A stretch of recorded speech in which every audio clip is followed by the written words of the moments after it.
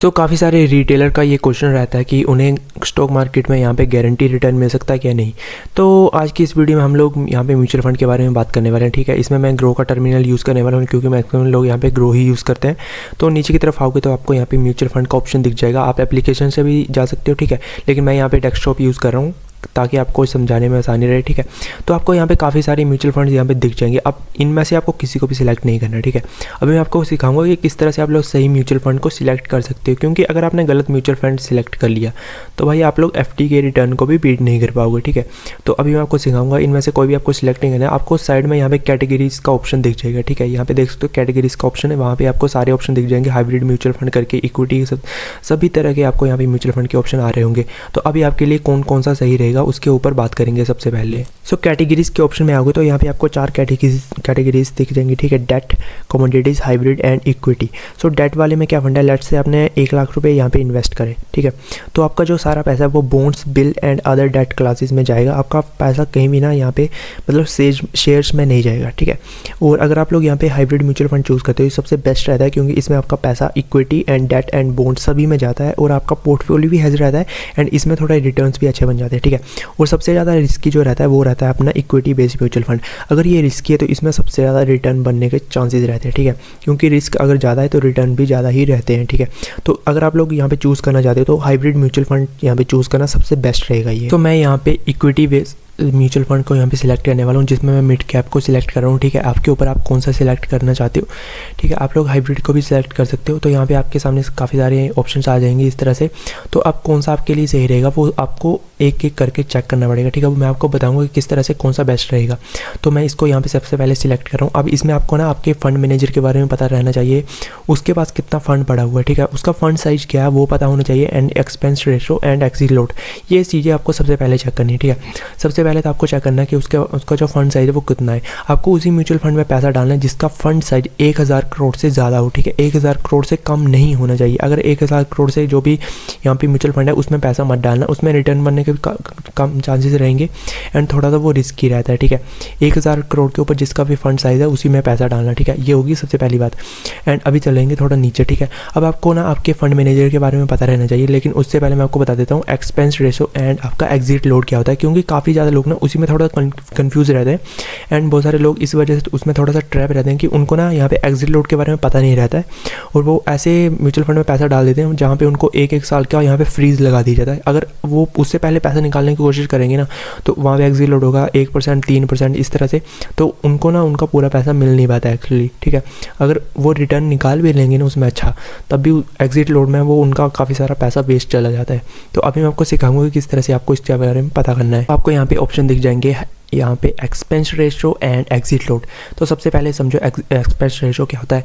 तो आप जो भी पैसा डालोगे, लेट से आपने 1 लाख रुपए डाला है या फिर 100 रुपये डाले, तो उसमें अगर एक्सपेंस रेशो 1% का तो आपके अकाउंट में आएंगे 99 रुपीज़, मतलब 99 रुपये आपके अकाउंट में आएंगे, 1% कट के आएगा। ठीक है, तो ये हो गया एक्सपेंस रेशो, जो कि यहाँ पे जो फंड मैनेजर है उसके चार्जेस रहते हैं। ठीक है, अब होता है यहाँ पे दूसरा जो रहता है, यहाँ पे रहता है एग्जिट लोड, जिसमें बहुत सारे लोग ना कन्फ्यूज रहते हैं। तो एक्सपेंस मतलब एग्जिट लोड क्या होता है ना, जब भी आप लोग पैसा निकालने की कोशिश करोगे, ठीक है, तो उसमें अगर एक्सपेंस रेशो दिया गया है 1%, तो वो आपका 1% कट के आएगा। मतलब अगर आपने 100 रुपये निकाला तो आपको 99 रुपये ही मिलेंगे एग्जिट लोड के बाद।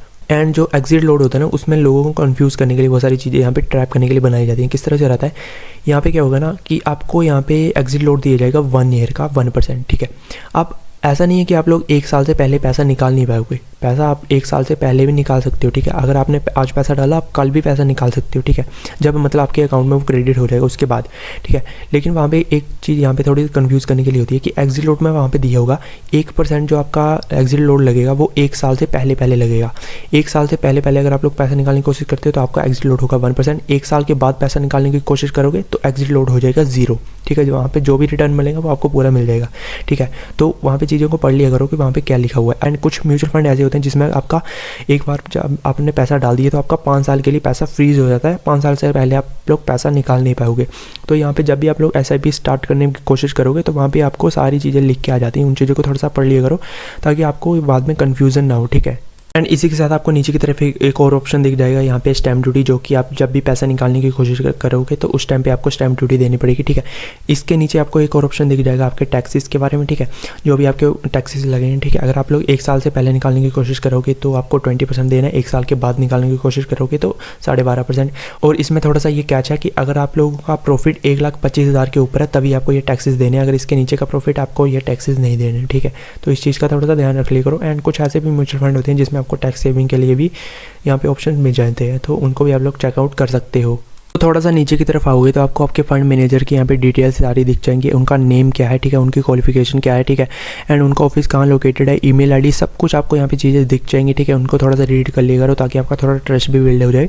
एंड जो भी फंड मैनेजर रहते हैं वो सेबी के थ्रू यहाँ पे रजिस्टर्ड रहते हैं, ठीक है। तो ऐसा नहीं है कि आपका पैसा कहीं भी यहाँ पे चला जाएगा, ठीक है, आपका पैसा सेफ रहता है। तो इन चीज़ों को थोड़ा सा रीड आउट कर लिया करो तो आपको थोड़ा सा ट्रस्ट बिल्ड हो जाएगा एंड आपको थोड़ी आसानी रहेगी चीज़ों को समझने के लिए, ठीक है। तो अभी हम समझेंगे किस तरह से हम लोग यहाँ पे पैसा डाल सकते हैं। तो ऊपर की तरफ आ जाओगे, ठीक है। तो अभी आपको सिलेक्ट किस तरह से करना वो मैंने आपको बता दी, ठीक है। आपको हाइब्रिड वाले में चूज़ करोगे तो बेटर रहेगा, लेकिन मैंने यहाँ पे इक्विटी वाला चूज़ करा है। तो यहाँ पे आप लोग अमाउंट अपने हिसाब से सिलेक्ट कर सकते हो, जो भी आपको अमाउंट डालना है, ठीक है। यहाँ पे 100 रुपीज़ से भी स्टार्ट कर सकते हो, 5000 तक भी जा सकते हो, ठीक है। 1 टाइम में भी आप लोग कितना पैसा डाल सकते हो वो आपके ऊपर है। 1 लाख डालना चाहते हो 1 लाख भी डाल सकते हो, ठीक है, 1 टाइम में, ये वाला ऑप्शन भी है। तो अभी थोड़ा सा नीचे स्क्रॉल करोगे तो आपको यहाँ पे आपके और भी काफ़ी सारे ऑप्शन दिख जाएंगे। अब समझो यहाँ पे क्या है, ठीक है। एंड इसी के साथ आप लोग ये चीज़ें भी चेकआउट कर सकते हो कि आपका पैसा कौन कौन से एसेट क्लास में जा रहा है, ठीक है। अब समझो आपने यहाँ पे मैंने यहाँ पे equity based mutual fund select किया है, तो यहाँ पे सारी कंपनीज़ के नेम आ रहे हैं। तो थोड़ा सा नीचे आओगे ना तो आपको यहाँ पे दिख जाएगा मेरा पैसा कहाँ कहाँ जाएगा, इक्विटी में जाएगा, डेट में जाएगा एंड कैश में जाएगा, ठीक है। इक्विटी 97% जा रहा है, डेट में 1.7% एंड कैश में 0.5%, ठीक है। अगर आप लोग हाइब्रिड चूज़ करोगे ना तो उसमें जो फंड रहता है वो एक बराबर ही जाता है सभी चीज़ों में, ठीक है। अब थोड़ा सा नीचे आओगे तो फाइनेंशियल सेक्टर में जा रहा है 29%, अदर में जा रहा है यहाँ पे 17% एंड हेल्थ केयर में जा रहा है 6.5%।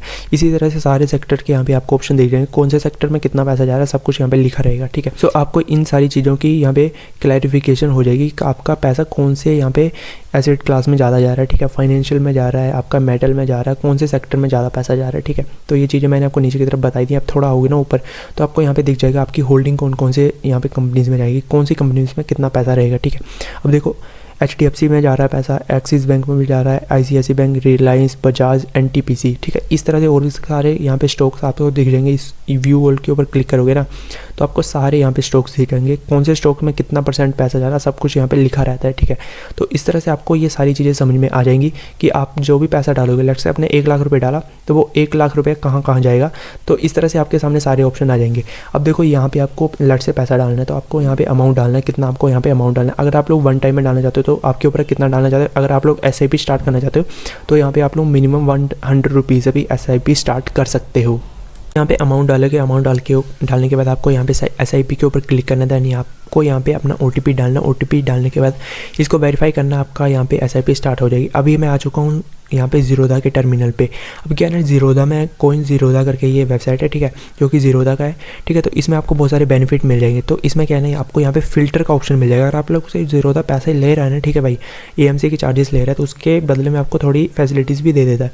तो यहाँ पे आपको यहाँ पे एक फ़िल्टर का ऑप्शन मिलेगा जिसमें ना आप लोग यहाँ पे एग्जिट लोड को देख सकते हो। मैंने यहाँ पे एग्जिट लोड 0 कर दिया तो आपके सामने आप जो भी फंड आ रहे हैं उसमें एग्जिट लोड रहेगा 0। एंड इसी के साथ आपको और भी यहाँ पे फ़िल्टर दिख जाएंगे। लेट से मैंने यहाँ पे एक्सपेंस रेशो को सेट कर दिया 1% के ऊपर, ठीक है। तो अब मेरे सामने वही फंड्स आएंगे, ठीक है, जिनका एक्सपेंस रेशो 1% से ज़्यादा नहीं रहेगा। यहाँ पे इक्विटी के ऊपर क्लिक करूँगा मैं, अगर यहाँ पे, ठीक है, मैंने लेट से यहाँ पे इक्विटी को क्लिक कर दिया तो अब मेरे पास वही फंड आएंगे, वही फंड मुझे शो किए जाएंगे जो कि इक्विटी में पैसा डाला जाएगा, ठीक है। तो इस तरह से आप लोग चूज़ कर सकते हो। और लेट से मैंने यहाँ पे इसको ओपन कर लिया, ठीक है। अब देख सकते हो यहाँ पे जो मैंने यहाँ पे फंड खोला है उसमें क्या हो रहा है, यहाँ पे एग्जिट लोड हो गया 0, एक्सपेंस रेशो हो गया 1% से नीचे।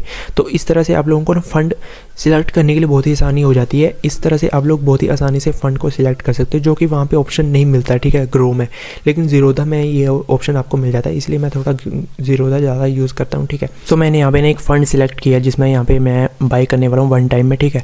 तो आप लोग SIP भी कर सकते हो। यहाँ पे बाय नाउ के ऊपर क्लिक करना है। देन आपको यहाँ पे कन्फर्म के ऊपर क्लिक करना है, ठीक है। इसके बाद आपका यहाँ पे बैंक अकाउंट आपको दिख जाएगा, जिसके थ्रू आप लोग यहाँ पे पेमेंट कर सकते हो, या फिर आप लोग यूपीआई के थ्रू भी यहाँ पे पेमेंट कर सकते हो, ठीक है। यहाँ पे आपको करना है एंड इसके बाद आपको ना अपनी यूपीआई के थ्रू यहाँ पे पेमेंट कर देनी। जैसे आप लोग पेमेंट कर दोगे इस तरह से ऑप्शन आ जाएगा एंड ये सबमिट हो जाएगा, ठीक है। 1-2 दिन मतलब कुछ टाइम लगता है यहाँ पे, मिनिमम यहाँ पे 7 डेज़ लगते हैं, ठीक है। उसके अंदर अंदर आपका जो भी यहाँ पे फंड है आपके मतलब जो भी आपका म्यूचुअल फंड है वो आपके अकाउंट में क्रेडिट हो जाता है, ठीक है। थोड़ा सा टाइम लगता है, तो इस चीज़ के लिए थोड़ा सा वेट कर सकते हो एंड इस तरह से आप लोग म्यूचुअल फंड में पैसा डाल सकते हो, ठीक है। बहुत ही ईजी रहता है एंड अगर आपको कुछ और भी चीज़ें सीखनी है तो आप लोग यहाँ पे चैनल को सब्सक्राइब कर सकते हो। टेलीग्राम का लिंक डिस्क्रिप्शन में देके रखा, जो भी आप लोगों को क्वेश्चन पूछने वहाँ पे जाके पूछ सकते हो। एंड अगर आपको कुछ और चीज़ों के ऊपर अगर वीडियो चाहिए तो कमेंट बॉक्स में जाके ड्रॉप कर देना अपना मैसेज, ठीक है। आपको उसके ऊपर भी वीडियो दिख जाएगी कुछ टाइम के बाद चैनल के ऊपर, ठीक है।